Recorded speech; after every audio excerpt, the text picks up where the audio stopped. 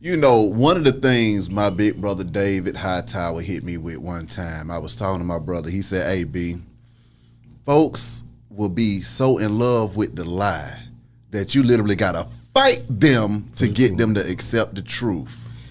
And guess what? Talk to me. A lot of that got to do with psychology. I tell people, study psychology. Yeah. Because once you study psychology, you understand that what's real to you may not be real to me. Facts. So what's real? Come on. This is where marketing, if you go take a marketing class, they teach you about consistency. Because all they doing is programming you. That's all radio is. Radio programming. Yes, sir. So that's the, damn, I ain't like this song, but now I'm starting to like it because you program. Come on.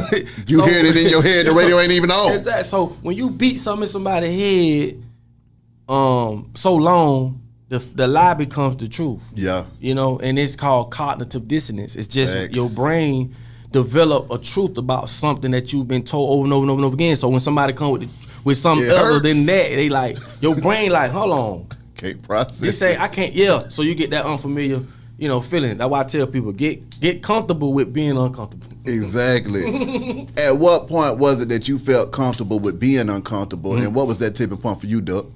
Once I realized that being uncomfortable is a sign of growth. Ooh. You know, damn. Yeah, once you, because when you're in a comfortable state, that means you're doing the same thing over and over and over. Facts. But when you uncomfortable, when you're uncomfortable, you growing because just now success is on the other side of fear. Whatever it is you fearing, you might say I want to rap, but those 3-4 people pop in your head, could be your brother, your neighbor. You need to learn to rap in front of them. Get over that fear. Yeah. Because success is on the other side of fear. That's the uncomfortable feeling. What is it that you love the most about your movement that you got going on right now, Duck? That I can be me. Ooh. I could be me. I don't have to fit into this box. I don't like boxes. Yeah. So I don't have nothing against other artists, but like I tell people, bro, I stand on mine. You know, I'm a man. And if I come to the table with something, I'm gonna ride it in. You get me? I'm not gonna get everybody, but that ain't my goal. Come on. I'm okay with that. When it comes to the credit part of the game, though, Duck, break that down, man. And what was it that got you in the credit? Oh, man. I'm going to tell artists this. A lot of times,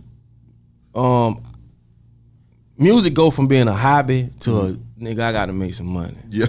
and that's where the line draws. You know, it's okay to go with the partners when you young and you know, y'all just the Dungeon Family type stuff. You get me, all up together, we just hanging. But then you get to a point where he did have a baby, he got an apartment. So now the strategy has to change because you got responsibility. So my thing is this: I tell people to take what's in front of you, and as an artist, and just scale up. You know, put it to the point where you making money 4-5 ways off of what you doing. You may not be making money off music, but by you who you are, you could get this going. You can get that going. You can get this going. Now you ain't at the mercy of labels or somebody trying to take advantage of you. You ain't got to make these rockhead ass decisions because you got bills to pay.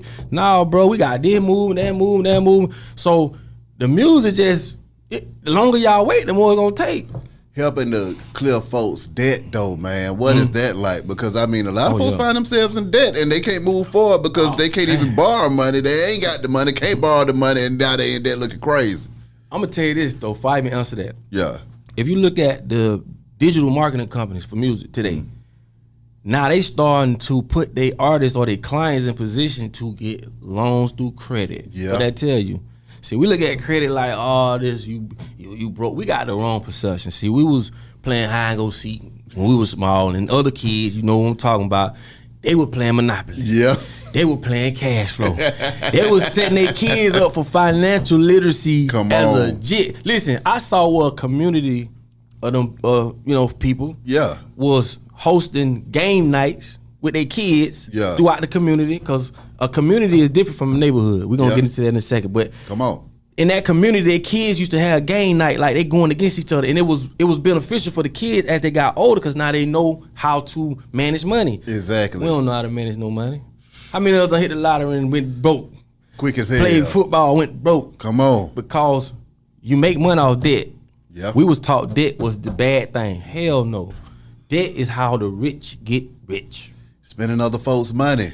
And get what? It's a term for that in the financial world. You know what I'm saying? OPM. Come on. OPM, any financial person knows what OPM mean. That's other people's money. Facts. The bank needs you. The bank ain't got time to go out there and do real estate, but they got the money. And the closest we got to OPM was OPP, nigga. Yeah, you feel me? The deal on top of that is like, bro, at the end of the day, what I tell people is, look, man, don't build your credit to tear it down. Don't buy things buy assets. Don't buy liabilities. Because if you could buy a car and it ain't doing it but taking money out your pocket, go buy a damn food truck. Yeah. They're going to put money in your pocket. And this is how the debt work right quick before we move on. I'm with Say you get a $100,000 loan. You go buy a food truck for $50,000. Now you got $50,000 left. On that $100,000, the loan might be, say, $800 a month, right? Bro, you making $6,000 a month on the food truck. Take the $800 out of $6,000, debt. Come on. Pay that off. Go back and refinance that and get that $800 down to $6,000. Now you're making more money. And get what? Go out there and get some more damn debt. This is how the rich get rich. And that's the game, on. I'm with you. Yeah. Community versus neighborhood, though. Break that down, Duck.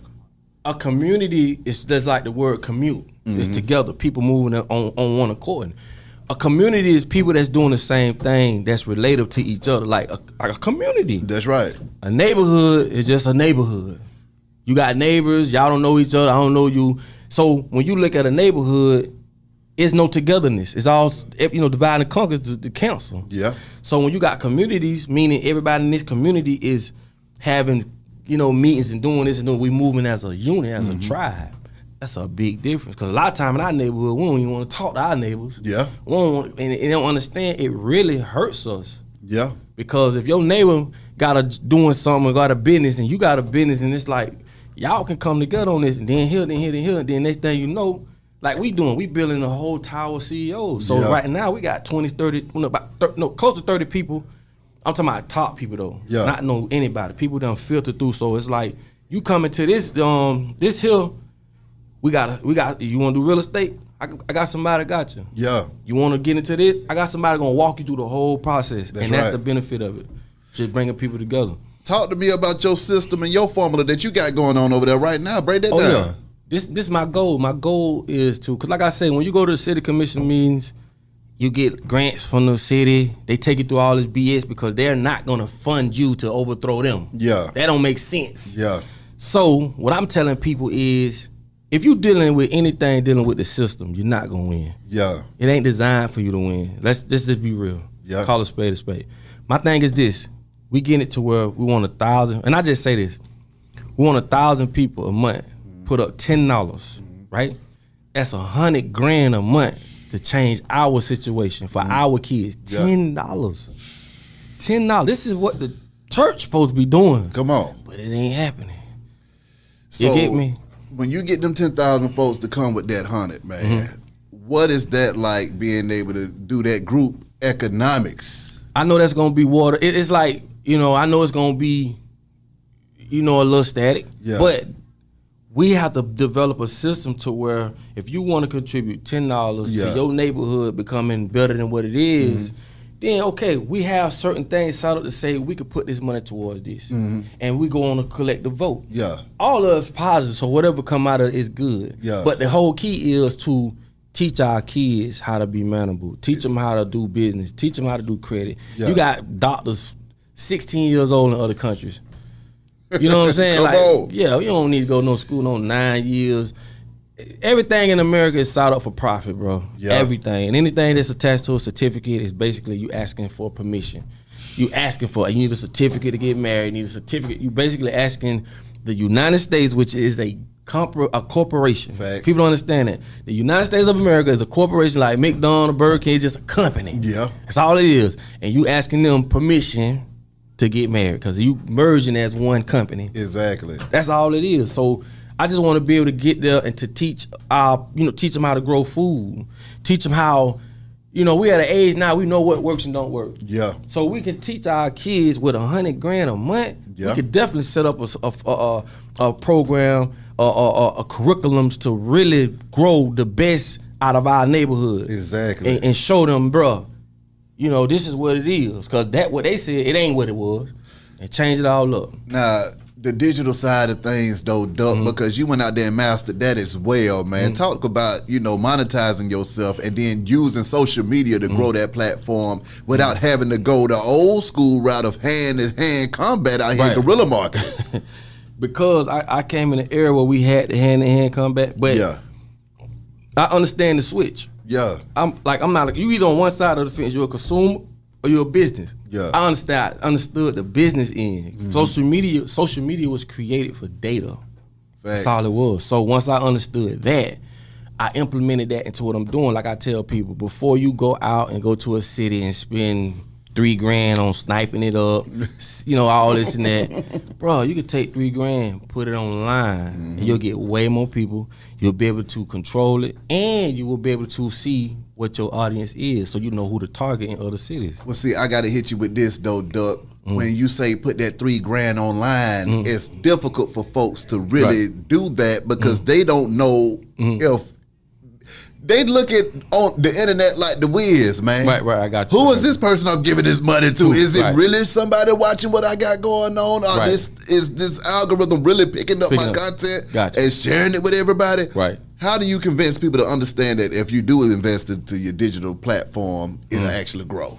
I mean, just from the numbers, like if you got a shirt line or something, start putting, $100 a month on it. And you'll start seeing things that, like you do A/B testing. If A don't work, B don't work, go to C. One of them gonna work. Exactly. And when that one work, you say, damn, we put $100 on this, we sold, 25 shirts. Exactly. So you need to, juice that up and keep it running. And a lot of people, this is how they know. Like I say, it's just testing certain things. You get what I'm saying? So when you go digital, it'll tell you what's working and what's not. Even though it may seem like it could be so, this or that, but when it convert into sales, that don't lie. That bank account, when you wake up and be like, damn, because I know people literally making, bro, sometimes $2-3 grand a night. Just wake up in the morning and boom, they got something that got that sauce and it's on autopilot, and they just feeding it. What do you think about this new world that we're in now? Because that was one of the things too. When you got situations like the jab causing folks to lose their jobs and people not being entrepreneurs and not having a real backup plan to be able to fight against things that might be violating their rights. What do you think is going to take to get everybody to get on this digital wave and start saying, okay, let me get an online business in some form of fashion, whether I'm moving product, IP, or whatever the hell is going on. Right. I'm putting some online that can bring back a check to me. Right. I think that if they don't see that by now, then they ain't gonna never see it. Damn. And I hate to be blunt, but if you're a man or a woman and you got a household or family to take care of, you have to think this way. Yeah. Because you don't want to be in a position where you're at the mercy of a job that can cut you off at any minute. You don't want to work 40 years for a boss you'll never meet. Yeah. It just don't make sense. This is why I got into the credit business, because we've helped a lot of families, man. Wait a minute, stop it right there. Because you just kind of struck a chord with me right there. Yeah. Gotcha. Working 40 years for a boss that you'll never meet. You'll never meet. But 40 years is a long-ass time. A long time. And guess what? Of servitude. And guess what? Rockefeller invested into the education system to put forth curriculums to make people workers. They don't want bosses. Yeah. They want you to work for them. They want you to work for them. Yeah. And I'm telling them, like, bruh, we need a community, then this is why I say we need to teach people that ain't the way. It don't make sense. But don't be scared. Cause like I say, when you don't own nothing, then you can't call no shots. Yeah. But if we putting our own money up, we putting together our own curriculums, and not only that, we putting together our own businesses. Who to say we can't buy a grocery store in our hood and let that grocery store, let all the proceeds goes back into what we're doing again, get another business and another business. Because that's basically what all the other people do. Yeah. They got businesses scattered all over the United States, so when they come here, they get right up on one of their own businesses and they keep it going. We spend our money with everybody else that don't spend their money with us. When you think about group esteem and how we feel about ourselves and stuff like that, Duck, how do we get each other to respect each other, show more love, and feel like, hey, man, I'm going to rock with you. I'm going to help you grow your business, and I'm going to be here for you. You be here for me. Gotcha. Education. And I'm not talking about school education. I'm just talking about having the right curriculums and showing people, like, listen, if we walk in a room and there's 30 people in here, I say, here, pass this around. And I talk for a whole hour. And I say, who got that $100 bill? Give it to me. Guess what? Our money bounced around this room and it went nowhere. That means we spending money with each other. Exactly. That's why they call it currency. Exactly. Cash flow, it gotta move. So our money shouldn't move out this room. Because they money don't move out their room. But what we do, we empower everybody else. Exactly. And the ones who got money, blacks who got money, they want to get in bed with those same people. They don't want to get in bed with us. So what the thing don't really have to happen, bro, we got to build businesses and build a union to say, hey, what you selling? You selling paper towels and stuff? Okay, come get in this union. Yeah. Everybody who's buying paper towels got to buy from you. Exactly. And vice versa. You need what you need. You know what I mean? And we do it systematically, and not just because you black, we gonna rock with you. No, we got rules. We moving on principle. Exactly. Yeah, we moving. And once you get that going, because that's what they scared of. Yeah. They don't care how much money you got. They scared of power and numbers. Yeah. They don't care how much money you got, because think about it, it's the United States. You get a $300 million suit, every dime you spend on the United States is going right back into the United States pocket. They don't care. But when you got 100, 200-300 businesses, power businesses spending money with each other, not only that, showing other people that this is where it at, this is what we should have been doing a long time ago. Oh, they panicking. You got Tulsa. They panicking. They panicking. They do not want that. Trust me, because that's the power. At the end of the day, and then when I say this with all due respect, every nationality rap how we rap. Why? Because we are the ones that everybody want to be like. You can go find a Chinese rapper that rap with auto-tunes. Yeah. Every other nationality. Yeah. Where they get that from? The creators. Exactly. Everybody want to be like us. We like the circus, and they the ones in the audience. So that's going back to what I was kind of hitting on earlier with the group esteem thing. Mm-hmm. Everybody want to be like us. Facts. But we don't like ourselves. That's self-talk. My God. I'm going to tell you why. A lot of time when people speak on relationships and stuff like that, people like, oh, men this and women that. Bro, you got to understand, what put the perception in your mind of a man or a woman? I didn't do it. Who did it? TV. And people don't understand that when they put these shows together on TV, it represents you as a black woman or a black man, whether you like it or not. Yeah. Other nationalities don't stay in your household, but they see y'all fighting and acting their ass on TV. The TV, the radio, all that is the perception of what people pick up as to what a woman is, what a woman wants. And then I'm gonna tell you a bigger thing in that. We go a step deeper than that. Come on with it. Women don't women got to understand. By nature, man is your alpha male. You're supposed to lead. That's right. We're in a society where Jim Crow, they switched all that, and they made our women the ones. And thanks to these Section 8s and all that, men don't have a position in the house no more because the government became the man. They can kick you out, and they shit gonna still flowing. And what I'm saying is this: that is by design. That is by design. And what people got to understand is this: the workspace is what changed everything around. Because when it was all factory work, women couldn't do that work. They wasn't strong enough to do it. But now it switched because people got to understand welfare was created for white people first. A lot of people don't know that. Yeah, and the projects. Yeah, because when the men went to work, they created welfare for the white women to stay home to take care of the children. But what we gotta understand is when you don't control what's going on in your society, bro, you just in a Y machine going around. You don't control nothing. You don't control nothing.